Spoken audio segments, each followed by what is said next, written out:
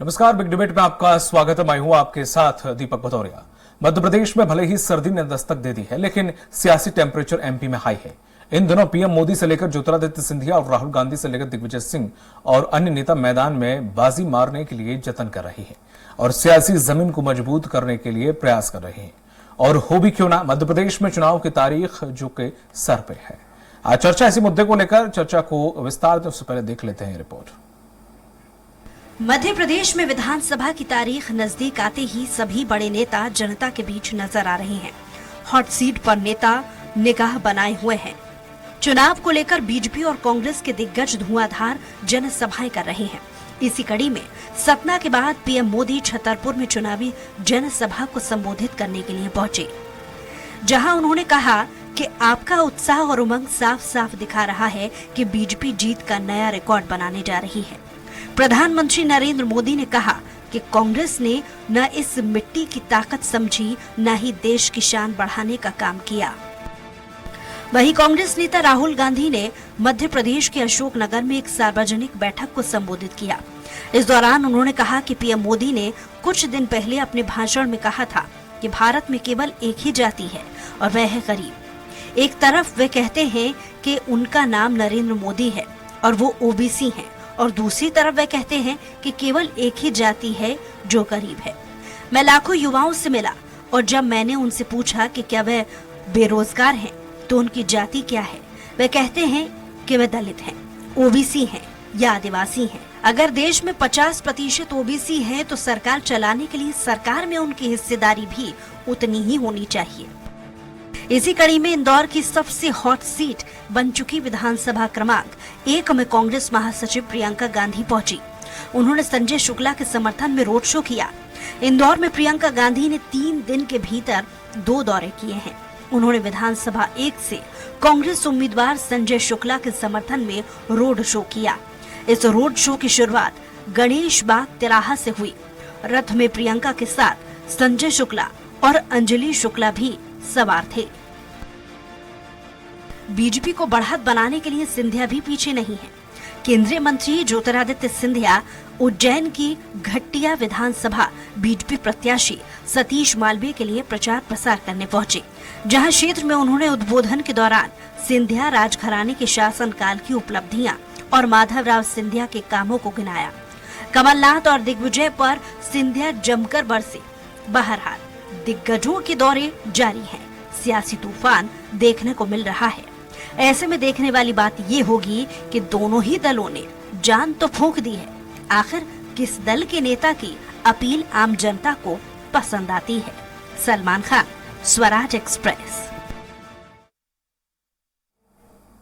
तो जिस तरह से सभी दल चुनाव प्रचार में अपनी अपनी ताकत झोंक रहे हैं लगातार, नरेंद्र मोदी और अमित शाह, वहीं उधर अगर देखा कांग्रेस से तो राहुल गांधी और साथ ही साथ जो उनके प्रदेश अध्यक्ष से लेकर राष्ट्रीय अध्यक्ष खड़गे लगातार प्रयासरत हैं और छत्तीसगढ़ और मध्य प्रदेश में मोर्चा संभाले हुए हैं, लगातार बीजेपी पर निशाना साध रहे हैं। और इसी मुद्दे पर ज्यादा चर्चा करने के लिए खास पैनल हमारे साथ जुड़ा हुआ है। कांग्रेस प्रवक्ता अब्राम पांडे हमारे साथ जल्दी जुड़ेंगे। बीजेपी प्रवक्ता योगेश गुप्ता जी हमारे साथ जुड़ गए हैं। वरिष्ठ पत्रकार केशव साइन जी जल्दी हमारे साथ जुड़ेंगे। योगेश जी, जिस तरह से देखा जाए बीजेपी पूरी ताकत लगा रही है, एक अच्छे खासे नेताओं को मध्य प्रदेश और छत्तीसगढ़ में उतार रही है। ऐसे में प्रधानमंत्री नरेंद्र मोदी का भी शायद 8वां 9वां दौरा, शायद इससे भी ज्यादा है, शायद 10वां दौरा था ये, जो लगातार वो एमपी में छाए हुए हैं और भरसक कोशिश कर रहे हैं कि कैसे बिना कैसे करके सीटें निकाली जाएं। क्या लगता है कि स्टार प्रचारकों को इस तरह से झोंक देने से कुछ मतदाता का मन बदलेगा? देखिए, अजय जी है कौन है उनका, मैं एक्चुअली थोड़ा। हेलो जी योगेश जी, आवाज आ रही है आपको? जी जी, आपकी आवाज दर्शकों तक पहुंच रही है सर। आपका शुभ नाम? जी दीपक से आप बात करें सर। जी दीपक जी। जी दीपक जी, देखिए ऐसा है, माननीय मोदी जी के दौरे से मध्य प्रदेश में भारतीय जनता पार्टी की जो सभाओं में जन समूह, अपार जन समूह उमड़ कर आ रहा है, वो इस बात का प्रमाण है कि मध्य प्रदेश में मोदी जी के मन में एमपी और एमपी के मन में मोदी जी, ये इस बात को स्वयं प्रमाणित करता है। वही बात केंद्रीय मंत्रियों के आने की और आम सभाओं की, तो निश्चित रूप से मध्य प्रदेश में जो भारतीय जनता पार्टी का संगठन है वो 365 24/7 हमेशा चुनावी मोड में रहता है। किसी भी चुनाव को हल्के में नहीं लेती है भारतीय जनता पार्टी, और पूरी शिद्दत और ईमानदारी के साथ जनता के हितों से जुड़े हुए जन कल्याणकारी योजनाएं और गरीब कल्याण की योजनाओं को जनता के बीच भेजा कर हम अपनी बात रख रहे हैं, और अपार जन समर्थन भी मिल रहा है और जनता का आशीर्वाद भी मिल रहा है। निश्चित रूप से हम ये सब मानते हैं कि मध्य प्रदेश में पुनः एक बार भारतीय जनता पार्टी की सरकार बनेगी और माननीय मोदी जी के नेतृत्व में मध्य प्रदेश विकास की राह पर अग्रसर निरंतर होता रहेगा। जिस तरह से शायद अगर देखें मध्य प्रदेश के भी इतिहास में प्रधानमंत्री मोदी 2018 में भी चुनाव हुए थे, तब भी शायद इतने दौरे प्रधानमंत्री के नहीं हुए थे जितने इस बार हो रहे हैं, और शायद छत्तीसगढ़ में भी वो इतने दौरे नहीं कर रहे हैं जितना मध्य प्रदेश में दौरे कर रहे हैं। अगर फिर भी अगर मध्य प्रदेश में कुछ सीटें कम आती हैं, क्योंकि दौरे तो आपके कर्नाटक हिमाचल में भी हुए थे, तो ये कहा नहीं जा सकता कि प्रधानमंत्री नरेंद्र मोदी के दौरे से ही सीटें निकलेंगी। नहीं, देखिए दीपक जी, मध्य प्रदेश में माननीय मोदी जी के जो दौरे हो रहे हैं ये हर चुनाव में होते हैं। अगर आप 2014 से जब से माननीय मोदी जी का राष्ट्रीय राजनीति में पर्दापरण हुआ है, सभी राज्यों में जितने भी अभी तक चुनाव आयोजित हुए हैं उनमें माननीय मोदी जी और माननीय अमित शाह जी का 100% योगदान रहता है, और वो 18 घंटे मेहनत भी करते हैं, और चुनाव प्रचार के दौरान जो जनता उमड़ कर आती है उनकी आम सभाओं में, उससे उनको ऊर्जा भी मिलती है। ठीक है, तो ये निश्चित रूप से मध्य प्रदेश में भारतीय जनता पार्टी को लाभ मिलेगा माननीय मोदी जी के दौरों से, अमित शाह जी के दौरों से, और शिवराज जी भी 24 घंटे में लगभग 6 से 8 सभाएं रोज कर रहे हैं। अभी तक 100 सभाओं को संबोधित कर चुके हैं। तो हम पूरी मेहनत और ईमानदारी के साथ जनता के बीच में उनका आशीर्वाद लेने जा रहे हैं। कांग्रेस की तरह हम सोशल मीडिया पर एक्टिव नहीं है, हम जमीन पे हैं, धरातल पे हैं और मध्य प्रदेश की जनता के बीच में। ठीक है, राम पांडे जी भी जुड़ गए हमारे साथ, कांग्रेस प्रवक्ता है। राम पांडे जी, आपका बहुत बहुत स्वागत है। जी धन्यवाद। राम पांडे जी, जिस तरह से बीजेपी में हम देखें, लगभग उन्होंने अपने सभी दिग्गजों की फौज जो मध्य प्रदेश में, स्पेशली मध्य प्रदेश की अगर बात करें तो हम उतार दी है। अब कांग्रेस के पास भी 40 नामों की लिस्ट आपने भी जारी की थी, और लगातार सोनिया गांधी और राहुल गांधी तो मोर्चा संभाले हैं, खड़गे जी भी दोनों तरफ छत्तीसगढ़ और यहाँ पे भी मोर्चा संभाले हुए हैं। लेकिन अगर 3 चेहरों से अलावा चौथा या 5वां चेहरा भी हम अगर देखें तो गहलोत जी को मान लेते हैं और सीएम भूपेश बघेल को भी मान लेते हैं, तो कोई और, जैसे बीजेपी के पास बहुत सारी नेताओं की फौज है, बड़े बड़े केंद्रीय मंत्रियों को बुलाया जा रहा है और उसके बाद मैदान उतारा जा रहा है, तो वाकई ऐसा कुछ इससे परिवर्तन देखने को मिलता है या आपके पास बड़े चेहरों की कमी है? अब बीजेपी को तो कुछ दिखाई देते ही नहीं है, तो क्या बोला जाए। हाँ। अभी कुछ देर पहले मैं काला पीपल विधानसभा में कुणाल चौधरी जी के साथ, कुणाल चौधरी जी ने कोलाई कला में जनसंपर्क किया और कम से कम जनसंपर्क के दौरान ही 1000 लोग थे। तो इनसे जो अभी कह रहे थे कि हम लोग जमीन पर जाते, इनसे पूछना कहाँ गए। मैं स्वयं प्रवक्ता होते हुए हर संभव कोशिश करता हूं कि जनसंपर्क हो, रैली हो, धरना हो, कुछ भी हो, मैं कांग्रेस पार्टी के कार्यक्रम में जाऊं, और लगातार जाता हूं। और अभी डिबेट करने के बाद मैं फिर एक सभा में जा रहा हूं। भारतीय जनता पार्टी कितना भी झूठ बोले, हम अपना काम करते रहते हैं। और इस चुनाव में भारतीय जनता पार्टी पूरी तरह से भ्रमित हो चुकी है। शुरू से ही देखिए, उसको समझ में नहीं आ रहा है क्या करें। शुरुआत में शिवराज के चेहरे पर लड़ेंगे, फिर कहा नहीं लड़ेंगे, फिर कहा ये 7 हम सांसद भेज रहे हैं, इसमें से कोई मुख्यमंत्री बन सकता है, फिर कहा मोदी जी भी मुख्यमंत्री बन सकते हैं। अब कुछ दिन से लग रहा है कि मोदी जी मुख्यमंत्री नहीं बनेंगे, नड्डा जी बनेंगे, नड्डा जी को आके कर देते हैं। फिर जैसा कि बोला जाता था कि इनकी सभाओं में 2-2 लाख लोग मोदी जी को सुनने आते हैं। अभी गुना, अशोकनगर में, मुरैना में, मतलब कई जगह जो मोदी जी की रैलियां हो रही हैं, जहां जा रहे हैं, आप देखिए 2-2.5 हजार से ज्यादा लोग मोदी जी की सभा में नहीं आ रहे हैं। ये मतलब प्रधानमंत्री की मध्य प्रदेश में बेइज्जती करा रहे हैं। अमित शाह जी ग्वालियर आए, एक इंटक मैदान छोटा सा है, जहां पार्षद लेवल का आदमी उस मैदान को भर देता है, उतने छोटे मैदान में अमित शाह जी वहां मीटिंग कर रहे थे। जनता इनको पूरी तरह से नकार चुकी है, इसलिए ये अपने कभी मुख्यमंत्री बदल रहे हैं, कभी प्रधानमंत्री के चेहरे पर ला रहे हैं। और प्रधानमंत्री भाषण क्या देते हैं, भ्रष्टाचार दूर करो, और बगल में नरेंद्र सिंह तोमर बैठे रहते हैं उनका बेटा कहता है 100 करोड़ जमा कर दो, मैं तो सब झेल लूंगा, मुझे कोई दिक्कत नहीं है, 18 करोड़ आ चुके हैं, 21 करोड़ और भेज दो, 100 करोड़ और भेज दो, कोई दिक्कत नहीं। उसके बाद में सिंधिया जी बैठे रहते हैं, वो कहते हैं ग्वालियर में कोई विकास नहीं हुआ, सिंधिया कहते हैं कोई विकास नहीं हुआ। अरे उनके पिताजी ने कई विकास कर दिए थे जब वो कांग्रेस में थे, वो अपने पिताजी को भी मतलब झूठा साबित कर देते हैं। वहां एक और मुख्यमंत्री के दावेदार है इंदौर में, उन्होंने जब नामांकन भरा तो उनपे एक बलात्कार का केस था, कैलाश विजयवर्गीय जी, उन्होंने उसको नहीं डाला। फिर चुनाव आयोग ने पूछा भाई आप पे एक बलात्कार का केस था, आपने इसको क्यों नहीं डाला? तो सारे मुख्यमंत्री के दावेदार कलंकित। शिवराज जी का चेहरा बीजेपी पसंद नहीं कर रही है तो कभी उनको आगे करती है, कभी पीछे करती है। प्रधानमंत्री जी को डर सता रहा है कि ऐसा नहीं हो कर्नाटक की तरह यहां भी बेइज्जती हो जाए। ऐसे तो वो सब जगह हारे हैं, पिछली बार भी देखा जाए तो मध्य प्रदेश, राजस्थान, छत्तीसगढ़ में मोदी जी प्रचार करने आए थे, तीनों जगह मोदी जी हारे। महाराष्ट्र में मोदी जी प्रचार करने गए, वहां मोदी जी हारे। बिहार में मोदी जी प्रचार करने गए, वहां हारे। कर्नाटक में मोदी जी प्रचार करने गए, वहां हारे। हिंदुस्तान में जो 2-4 प्रदेश है जहां मोदी जी गए हैं, जैसे उत्तर प्रदेश, गुजरात, एक उत्तराखंड, शायद एक आध 2 प्रदेश और हो जहां मोदी जी ने चुनाव जितवाया हो, बाकी तो हर जगह मोदी जी जहां जाते हैं वहां हारते हैं। फिर उसके बाद जब हार हो जाती है तो प्रदेश अध्यक्ष को आगे कर देते हैं, कभी नड्डा जी को चेहरे को आगे कर देते, नहीं भैया ये हारा है। अरे बेचारे नड्डा को टिकट बांटने तक का तो अधिकार नहीं है क्या? नरेंद्र सिंह तोमर को नड्डा जी की टिकट बांटने की हिम्मत है? नो, नरेंद्र सिंह तोमर जी के पीछे पड़े हुए थे कि भैया हमें दिल्ली से टिकट दे दो। नरेंद्र सिंह तोमर खुद ही वहां बैठ गए जाके। और नड्डा जी की ये हैसियत नहीं है कि वो पार्टी में टिकट निर्धारण भी कर सके। तो ये बीजेपी बड़ी कंफ्यूज है इस चुनाव में, और इसके कारण बीजेपी लगभग 5 प्रदेशों में आ रही है। मोदी जी मिजोरम क्यों नहीं जाते? हिंदुस्तान में मिजोरम है ना, वहां भी तो प्रचार करने जाओ। वहां मणिपुर में क्या हाल कर रखा है? मिजोरम पड़ोस में है तो ना वहां अमित शाह जा रहे हैं ना मोदी जी जा रहे हैं। भैया आपको प्रचार करना है तो मिजोरम भी जाइए, आपको प्रचार करना है तो तेलंगाना भी जाइए। अब मध्य प्रदेश पास पड़ता है तो जब देखो मध्य प्रदेश चले आते हैं। अब जब डिक्लेयर होंगे, रिजल्ट आएंगे तो फिर कहेंगे नहीं ये तो नड्डा जी आगे से थे। और मीडिया जो है वो भी इस बार बीजेपी को बुरी तरह से। ठीक है योगेश, मतलब ये है कि कम से कम 250 सीटें कांग्रेस जीतेगी। तो सूबा साफ हो रहा है बीजेपी का इस बार मध्य प्रदेश में।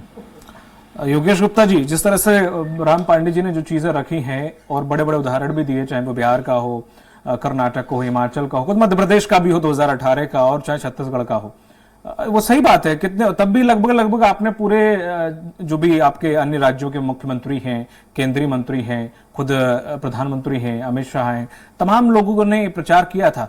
तो एक चीज तो है क्लियर कि हाँ थोड़ा सा आप बातें जरूर कर सकते हो, जनता को रिझा सकते हो, लेकिन कुछ ज्यादा अच्छे परिणाम आपके आ जाने से होंगे नहीं। जनता ने जो सोच रखा वही होगा। देखिए दीपक, मेरे मित्र राम पांडे जी खुद कंफ्यूज नजर आ। जैसे उन्होंने अपने इस वक्त में कितने 3-4 मुख्यमंत्रियों के नाम ऐसे गिना दिए जो राष्ट्रीय राजनीति में मध्य प्रदेश के परिप्रेक्ष्य में है ही नहीं। एक बात।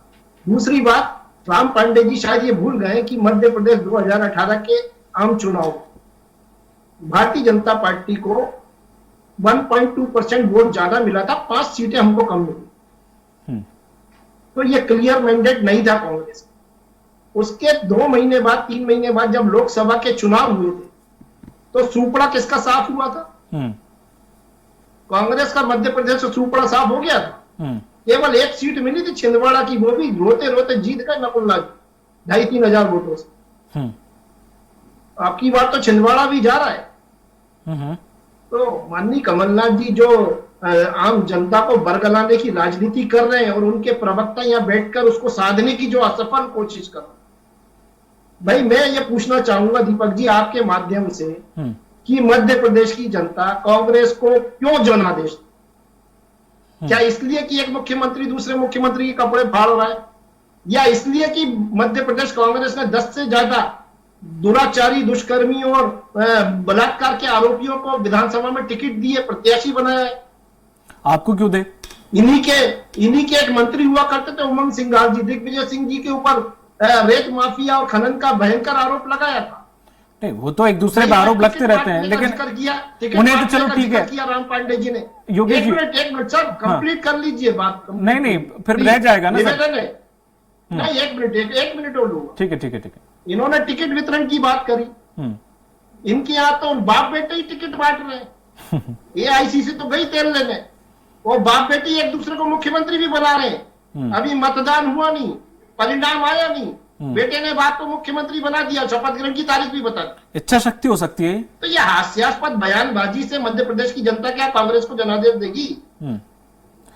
योगेश जी, धरातल पे किया क्या कमलनाथ जी ने? 2 वसूली बाबू बिठाए थे 15 साल की सरकार में। वल्लभ भवन को भ्रष्टाचार का अड्डा बना दिया।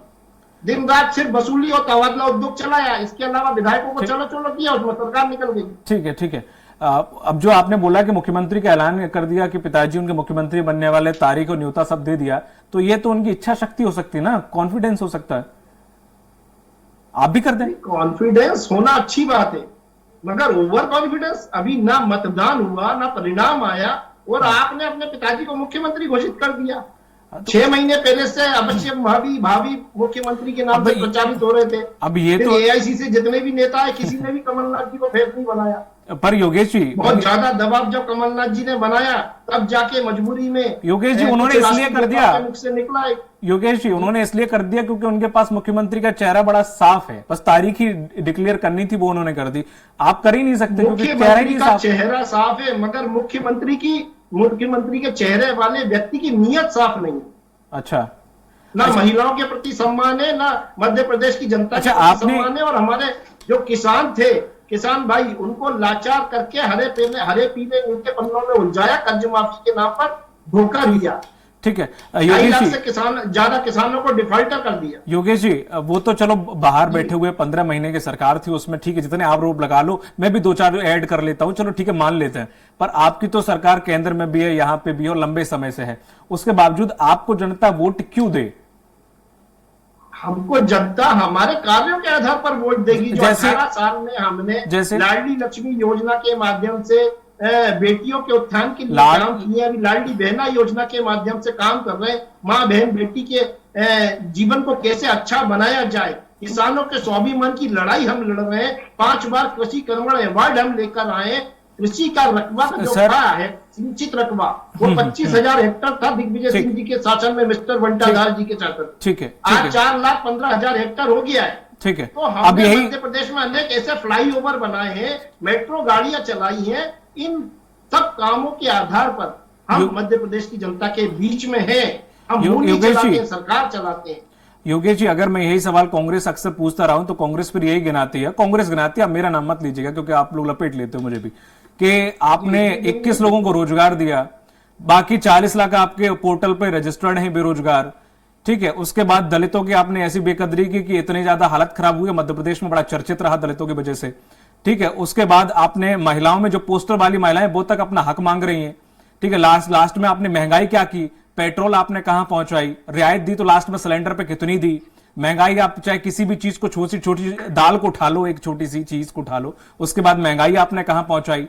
और फिर अगर आप ये गिना दो कि लाडली लक्ष्मी और लाडली ये वाली बहना वो वाली बहना, और किसान किसान की आत्महत्या के आंकड़े आपने निकाले सर, किसान कितना, सर आपने कृषि कर्मण अवार्ड 10 बार ले लिया हो, वो छोड़िए, ठीक है, किसान कितना उन्नत हुआ आपका, किसान हमारा कितना उन्नत हुआ सर? प्रदेश आत्मनिर्भर, आप ही की सरकार में आप ही का किसान रोड पे आया था सर। प्रदेश की जीडीपी आज देश के, सुन तो लीजिए, अरे सर जीडीपी से आप गिनाने लगते हो, यहाँ खाने को खाना नहीं तो जीडीपी क्या करोगे? 4 टॉप राज्यों में सर जीडीपी, एक बात बताओ सर, जीडीपी में आप जीडीपी के आड़ में छुपने का क्या मतलब? कर्मचारी हमारे हितैषी हैं सर, जीडीपी माँ बहन बेटियों के लिए हमने जो योजनाएं धरातल पे उतारी, चाहे वो फ्री शिक्षा हो या उनकी हायर एजुकेशन को लेकर हो, आपने रोजगार की बात तो शिक्षा तो फ्री तो कांग्रेस के सरकार में सर महीनों में 1.5 लाख 50 सालों से शिक्षा फ्री मिल रही सर। कार्ड वितरण किए हैं माननीय शिवराज जी ने, अक्टूबर के महीने में 1 लाख से ज्यादा रोजगार। ठीक है राम पांडे जी, और एमएसएमई स्कीम के तहत और जो प्रधानमंत्री और मुख्यमंत्री ऋण योजना के अंतर्गत 50,000 से लेकर, ठीक है राम पांडे जी, उनकी योजनाएं इतनी है, इस वजह से उन्हें वोट चाहिए जनता का। और जनता एक्चुअल में क्या किस हाल से गुजर रही है, वो तो सिंपल सी बात है कि जनता हमारी ऐसी है कि बेसिकली विचारधारा पे वोट देती है। और अगर वास्तविकता दिल्ली जैसी जनता होती, जिस काम पे वोट देती, तो शायद लाले पड़ जाते। अब किसके वो मैं नहीं शब्द लूंगा, नाम नहीं लूंगा मैं। अच्छा रहा आपने दिल्ली का नाम ले दिया, मैं पिछली बार दिल्ली भूल गया था। दिल्ली में भी हमारे मोदी साहब ने बहुत ताकत लगाई थी, तो दिल्ली में भी भारतीय जनता पार्टी 25 साल से बाहर है। फिर मैंने कहा था कि ये लोग बहुत कंफ्यूज हैं। यही लोग कह रहे थे कि दिग्विजय सिंह टिकट बांट रहे हैं, अब कह रहे हैं कमलनाथ जी ने बांट दिया, उनके बेटे ने बांट दिए। कभी कहते थे कि ये राहुल गांधी जी टिकट बांट रहे हैं, कभी कहते थे कि खड़गे जी बांट रहे हैं। तो ये हर जगह से कंफ्यूज है। और योजनाएं कौन सी बता रहे हैं भाई? जो लाडली बहना 2 महीने पहले आपने लागू की, क्या 2 महीने के लिए योजनाएं लागू की जाती हैं? कम से कम 5 साल आपका शासन 18 साल रहा है, तो आप 18.5 साल लागू नहीं कर सके, 5 साल भी नहीं कर सके, 5 महीने भी नहीं, 2 महीने की बता रहे हैं आप। और एक सीख कमाई योजना, उनपे तो इन्होंने सैकड़ों करोड़ों रुपए विज्ञापन पर खर्च कर दिया। एक युवा को, एक युवती को सीखो कमाई योजना का फायदा नहीं मिला, और आपने विज्ञापनों पर पैसा खर्च कर दिया। आपने कहा 450 रुपए सिलेंडर देंगे, एक घर में 450 का सिलेंडर नहीं गया। मतलब योजनाओं में भी आप झूठ परोस देते हो। आपने राष्ट्रपति से भोपाल में अस्पताल का उद्घाटन करवा दिया, नेम प्लेट लगवा दी, अब वो नेम प्लेट भी उखाड़ के फेंक दी। इन्होंने शिलान्यास की सैकड़ों नेम प्लेट तो लगा दी और उखाड़ के भी फेंक दी। इनका यह काम है। कमलनाथ जी पर विश्वास है। अब आप देखिए, असंभव जैसा काम, मेट्रो जैसा काम, भोपाल इंदौर मेट्रो का काम उन्होंने शुरू कर दिया। गौशाला है, मैं काला पीपल विधानसभा में हूं, अभी 33 गौशालाएं तो यहां बना दी। इनके राज में बेचारी हमारी गौ माता रोड पर घूमती थी, हमने यथासंभव कोशिश की 15 महीने में गौशालाएं बनाए। अब बिजली इतनी महंगी हो गई है इनके राज्य में, अदानी कोयला महंगा देख रहे हैं तो हमने 100 रुपए में 100 यूनिट बिजली दी। अब बताइए 100 रुपए में 100 यूनिट बिजली देंगे, कितने लोगों को महंगाई से राहत मिलेगी? ठीक है, ठीक है, समय कम है राम पांडे जी 27 लाख किसानों का कर्जा माफ किया। और आने वाली जो योजना है वो भी लागू होंगी। 1500 रुपए 1 जनवरी से 1500 रुपए प्रत्येक महिला को मिलेंगे, क्योंकि महंगाई शिवराज सरकार और मोदी सरकार में बहुत ज्यादा हो चुकी है। तो हम चाहते हैं उनको राहत मिले। लोग अपनी बेटी की शादी नहीं कर पा रहे, तो कमलनाथ सरकार 1 लाख रुपए गरीब बेटी की शादी में देंगे, कम से कम वो शादी तो कर ले। ठीक है, राम पांडे जी, चूंकि समय कम है, नहीं पा रहे समय कुछ 1 या 2 मिनट बचे हुए हैं जी, आप बात रख लीजिए उवैस जी। देखिए दीपक जी, 1,30,00,000 लाडली बहनों के खाते में 1300 करोड़ रुपए हमने डाले हैं। सरकार बनने के बाद ये 3000 रुपए महीने तक जाएंगे। 259 करोड़ रुपए गैस की सब्सिडी के रूप में बहनों के रूप में 44 लाख बहनों के खाते में डाले। तो हमें बात नहीं करते हैं 15 महीने की सरकार में कमलनाथ जी ने क्या किया था। 15 ऐसे काम गिनाए राम पांडे जी जो कमलनाथ जी ने किए थे। एक भी काम जनता से हित से जुड़ा हुआ नहीं किया, सिर्फ भ्रष्टाचार और दलाली का काम किया कमलनाथ जी। हमने मेट्रो हमने चलाई, ये क्रेडिट लेना चाह रहे हैं। मेट्रो आज इंदौर भोपाल में किसकी देन है? स्वर्गीय बाबूलाल गौर जी का सपना था, उसको धरातल पर लेकर आए थे। ठीक है, और आज जाके भोपाल और इंदौर में मेट्रो चल रही है। ठीक है। तो ये भ्रष्टाचार से सराबोर कांग्रेस पार्टी, जिसकी ना नीति है ना नियत है। ठीक है, और ये जनाशीर्वाद, समय ज्यादा नहीं है, इसलिए माफी चाहूंगा राम पांडे जी, मैं आपके पास नहीं आ पाया दोबारा लौट के, इसलिए क्षमा चाहूंगा क्योंकि समय हो चुका है। बहुत बहुत शुक्रिया राम पांडे जी और योगेश जी आपका इस परिचर्चा में जुड़ने के लिए। तो जिस तरह से बीजेपी और कांग्रेस एक दूसरे पर आरोप लगा रहे हैं, लेकिन जिस तरीके से बीजेपी ने अपनी फौज जो कि जमीनी स्तर पर उतारी है, चाहे वो राज्यों के मुख्यमंत्री हो, चाहे राष्ट्रीय अध्यक्ष हो, चाहे गृह मंत्री हो, चाहे खुद प्रधानमंत्री मोदी हो, वो हर जगह पर मोर्चा संभाले हुए हैं। लेकिन हाँ, कांग्रेस ने भी पूरी कवायद से जुटी हुई है, लेकिन कांग्रेस के पास कुछ खास बड़े चेहरे की कमी है। शायद इस वजह से वो छत्तीसगढ़ और मध्य प्रदेश को वो कवरेज या वो फिर स्टार प्रचारकों की फौज नहीं दे पा रहे हैं जो कि कुछ जादू चला पाए। लेकिन जनता पहले से फिक्स किए हुए बैठी है कि आखिर किसे देना है और किसे वोट नहीं देना है। देखने वाली बात होगी जनता किस पर और निर्भर होती है और किसकी ओर जाती है। मुझे दीजिए इजाजत, नमस्कार।